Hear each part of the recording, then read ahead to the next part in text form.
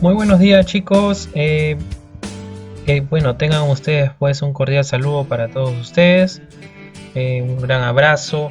Espero pues que lo hayan pasado bonito el día de ayer, conjuntamente pues con sus mamis, por ser un día tan especial. Y naturalmente pues hoy día tenemos que volver a la normalidad, ¿no? Entonces vamos a seguir desarrollando el tema que vimos la semana pasada, que fue los tipos de texto según la ubicación de la idea principal. Hoy día vamos a seguir trabajando este temita para que no se nos olvide, para seguir practicando, para seguir retroalimentando y obviamente pues alcanzar un conocimiento ya pleno, ¿no? Entonces la vez pasada yo te había dejado 5 ejercicios muy aparte de lo que tienes que presentar el día de hoy, ¿no? En tu cuaderno tiene que estar esto.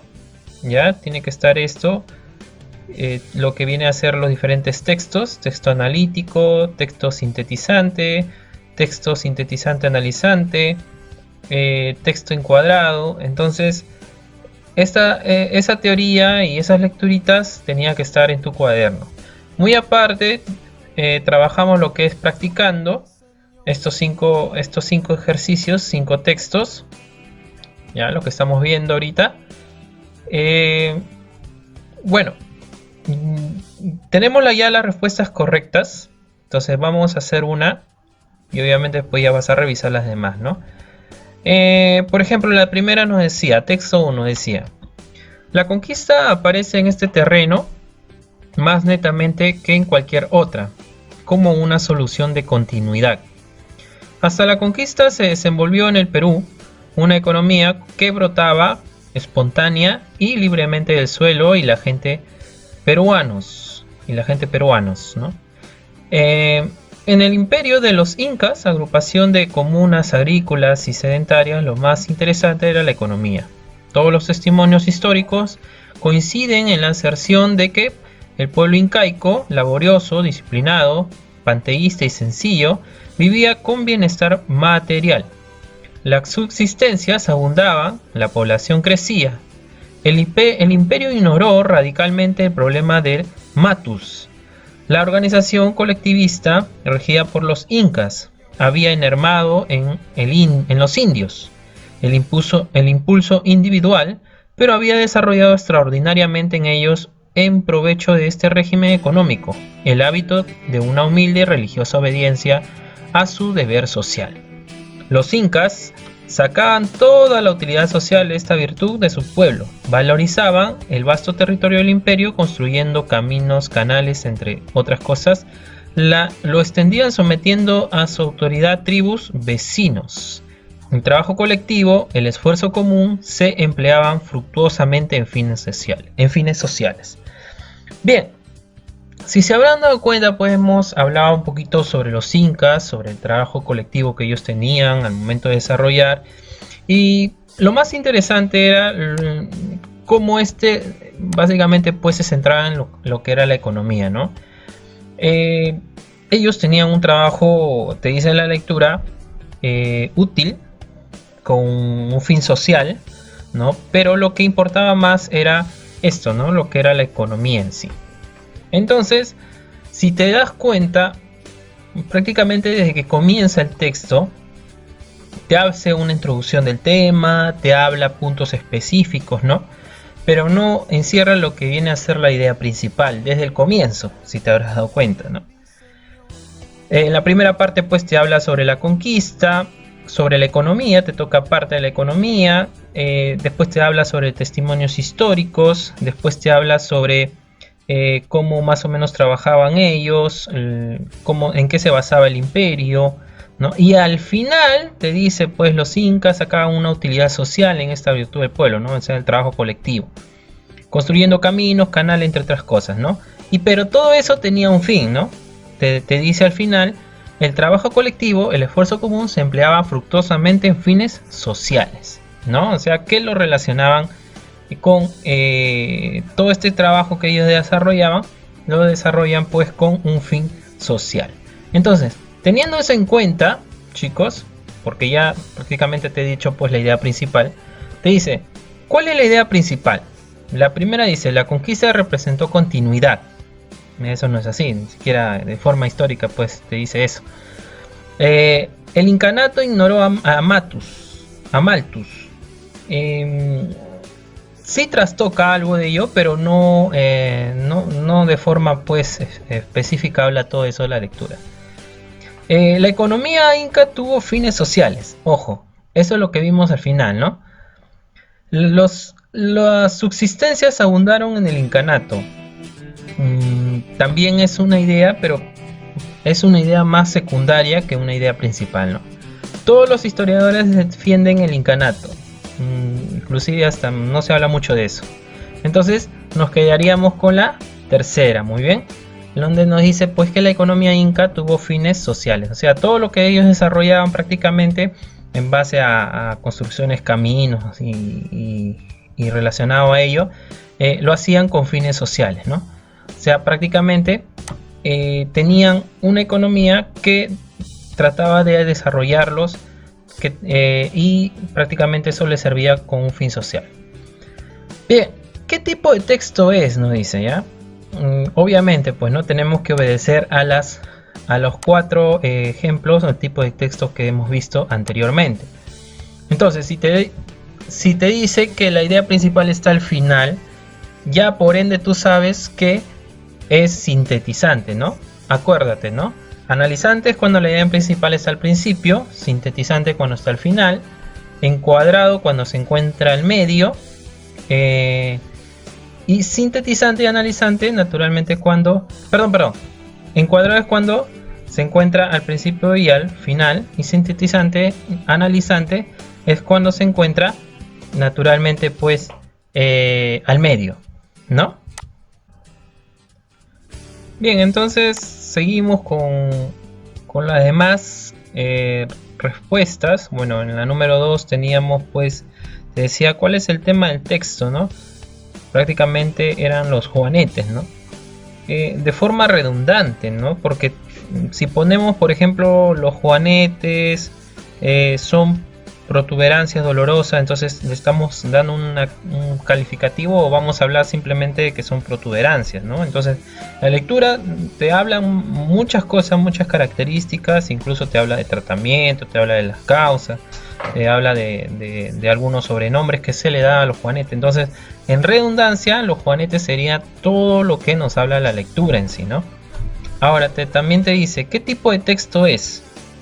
En un principio te dice, algunas personas nacen con cierta tendencia a sufrir una desviación lateral del dedo gordo, conocida como hallux valgus, y por ello son más propensos a desarrollar juanetes. Entonces, desde el principio ya te está diciendo lo que prácticamente vamos a hablar, ¿no?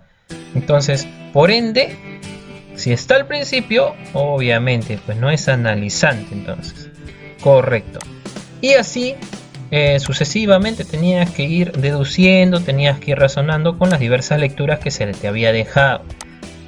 Yo te voy a dar ya prácticamente todo desarrollado, resuelto, para que lo tengas en cuenta.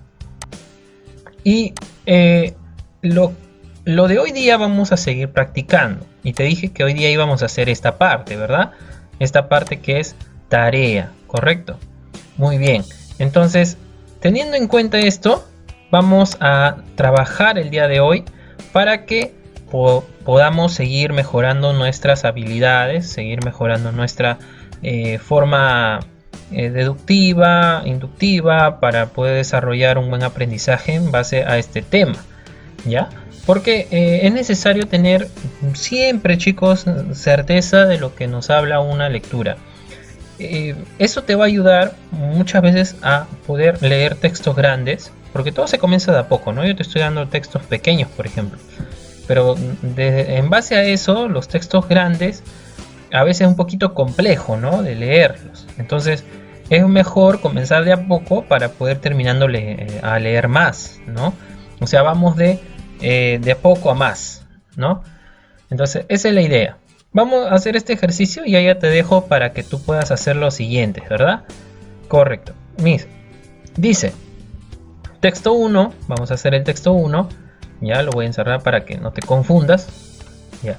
Dice, es una lectura de, es un texto basado en la opinión o el argumento del señor Julio Cortázar, ¿no? Dice, si cortásemos nuestras raíces con lo hispano, cometeríamos, y sin duda muchas veces se comete una grave equivocación. Es una mutilación que nos priva de la savia. No hay que olvidar que si bien el árbol crece con los jugos que le da la tierra, todo su metabolismo químico que lo llega a seguir viviendo, le viene de cosas que no están bajo tierra, sino de sus hojas, de sus flores, de los jugos químicos que se hacen al contacto con el aire, el viento, la polinización, todo lo que usted quiera. Y eso ya nada tiene que ver con la tradición hispánica. Eso es ya el aporte nuestro, latinoamericano. La tradición nos da un poderoso y necesario punto de partida, pero desde ahí es Latinoamérica. Lo que tiene que encontrar sus parámetros, la que tiene que hallar sus definiciones.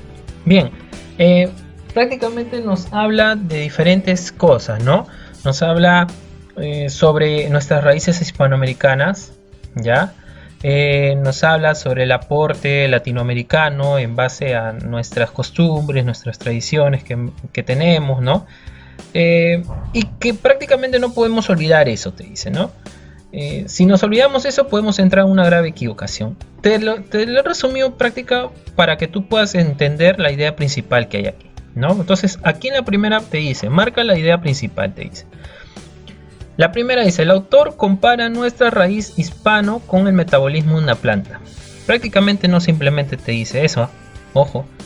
Puede haber una relevancia al medio en base a eso, sí, pero no se centra básicamente en eso nada más, ¿no? Te hace una reflexión en base que se parece a una planta, ¿no? Al desarrollo de la planta y los frutos en sí, pero no necesariamente es la idea principal de todo. Ojo, el destino de Latinoamérica se alimenta del pasado y del presente. No exactamente te lo dice con esas palabras, ¿no? Nos puede proyectar a pensar eso, ¿no? A hacer una reflexión sobre la lectura, sobre lo que estamos leyendo, pero no exactamente te dice eso. Las raíces de Latinoamérica están en lo hispano. Al principio, si te habrás dado cuenta, habla bastante sobre esto. Habla bastante y prácticamente toda la lectura está basada en eso, ¿no? Entonces, dice, si cortásemos nuestras raíces con lo hispano, cometeríamos, y sin duda muchas veces se comete, una grave equivocación. Las raíces latinoamericano o Latinoamérica están en lo hispano, ¿no? Te lo dice al principio, te lo dice al final, ¿no? ¿Por qué, profesor? Mira, acá ya te lo leí, ¿no? Y al final dice, la tradición nos da un poderoso y necesario punto de partida, pero desde ahí es latinoamericano la que tiene que encontrar sus parámetros, lo que tiene que hallar sus definiciones. Entonces, te está hablando prácticamente de ello, ¿no? O sea, hay ideas principales que se conectan. Lo del medio prácticamente es sin duda un ejemplo o algo que el autor trata de relacionarlo, pero en sí no es lo que guarda en esencia. Lo de esencia te dice que las raíces de Latinoamérica están en lo hispano, ¿no? ¿Y dónde encontramos las ideas principales? Al principio y al final, ¿no? Básicamente, si leemos es como si estuviéramos leyendo la parte principal o la idea principal al principio y al final, y comprendiéramos toda la lectura, ¿no?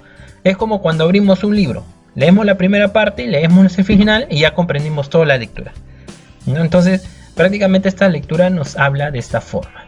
Muy bien, entonces esto sería estas serían nuestras ideas principales. Ya, si te das cuenta, cuando hablamos de ideas principales al principio Y al final estamos hablando que es un texto encuadrado.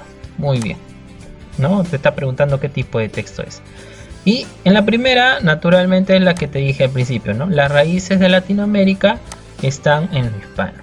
Entonces, eso es lo que deberíamos hacer, tratar de reflexionar. Si nos equivocamos, obviamente, pues es práctica. Esto es simplemente práctica. Muchas veces, pues, las lecturas un poquito son confusas en su devenir, en su proceso, pero es comprensible al mismo tiempo que también nosotros tratemos de practicar y ahondar un poquito más en estos temas.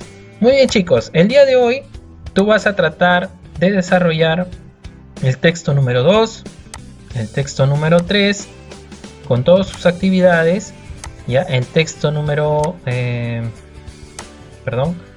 este es el texto número 2, el texto número 3, este debería ser el texto número 4, ya, aunque acá está mal, es el número 4, vamos a cambiarlo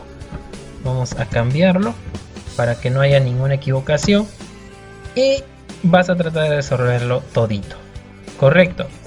Eso lo tienes que presentar a más tardar el día de hoy de la misma forma como trabajamos la vez pasada, ¿ya? La única diferencia, chicos, que esto no va a ir en el cuaderno, ya es simplemente práctica, ya no lo vayas a copiar en el cuaderno, ni siquiera me preguntes si se copia o no se copia, no se va a copiar en el cuaderno, correcto, ya es simplemente práctica. Entonces lo que tú vas a hacer el día de hoy es simplemente poner el número y la letra correspondiente que tú creas que es conveniente, pues la respuesta.